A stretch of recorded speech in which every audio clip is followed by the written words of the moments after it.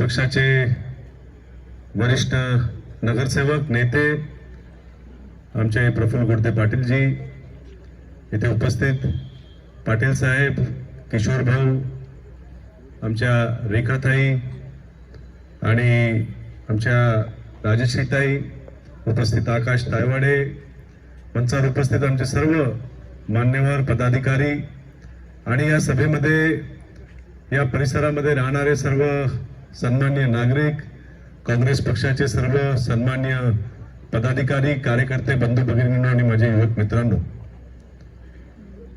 जसं आता जुमलेजींनी सांगितलं की आज नागपूर शहरामध्ये आपला विकास भाऊ ठाकरे यांचा प्रचार जवळपास सर्व मतदारसंघांमध्ये आज चालू आहे. दक्षिण पश्चिम, दक्षिण नागपूर, पश्चिम आणि उत्तरमध्ये तर एक मोठी सभा आहे. आणि मी तुम्हाला विश्वासाने सांगतो की जो प्रतिसाद विकास भाऊ ठाकरे यांना जनतेमधनं मिळतोय, तर आजच दुपारी मला विकास भाऊ, आम्ही एका कार्यक्रमात होतो, त्यांनी मला माझ्या कानात सांगितलं की भाऊ, ही निवडणूक मी नाही लढत आहे म्हणे, आता नागपूरची जनता लढते.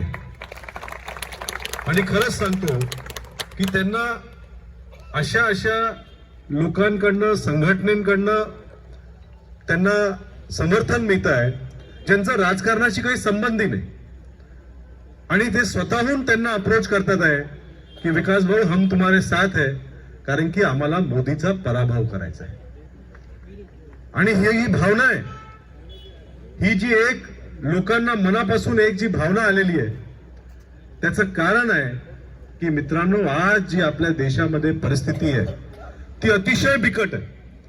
एकीकडे जे चित्र रंगवलं जातं मीडियाच्या मार्फत, जे दाखवण्यात येतं की हा माणूस विश्वगुरु आहे, भारत सबसे बड़ी अर्थव्यवस्था बनने वाली है, आणि आपण जसं काही या देशामध्ये सगळं सुजलाम सफलाम आहे, पण वस्तुस्थिती काय आहे हे आपण सगळ्या लोकांना मित्रांनो ठाऊक आहे.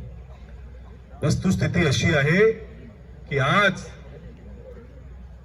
या देशाचं विभाजन झालंय. एकीकडे अतिश्रीमंत लोक आहेत आणि दुसरीकडे सर्वसाधारण आणि गरीब जनता आहे. एकीकडे अतिश्रीमंत लोकांना अजून श्रीमंत करण्याचा प्रोग्राम नरेंद्र मोदींनी हातामध्ये घेतलाय, आणि दुसरीकडे गरीब लोक, सर्वसामान्य जनता, पेट्रोल, डिझेल, गॅस, तेल, डाळी, या सगळ्या ज्या जीवनावश्यक वस्तू आहे त्यांचे भाव मागच्या 10 वर्षामध्ये एवढे वाढवले आहेत मोदींनी की तो जो शॉक आहे तोच कसा सहन करावा यामध्येच गुंतलेले आहे.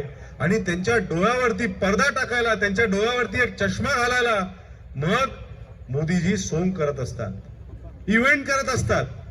मी तर म्हणतो प्रफुल्ल भाऊ यांनी भारतीय जनता पार्टीचं नाव करून Bharatiya Janata party event management company करायला पाहिजे. कारण की यांचं जर तुम्ही बघितलं की हे इव्हेंट, एक इव्हेंट संपला का दुसरा इव्हेंट, मग तिसरा इव्हेंट, आणि इव्हेंटच्या माध्यमातून आणि मग मीडियावरती ते दाखवणं, तसं परसेप्शन क्रिएट करणं, सगळीकडे तेच बोलते, सर्व चॅनल्स वरती एकच दिसणार, सगळे मोदीचं गुणगान करणार. तर यांचा फक्त एकाच गोष्टीवरती भर असतो. म्हणजे आताच तुम्हाला एक उदाहरण देतो.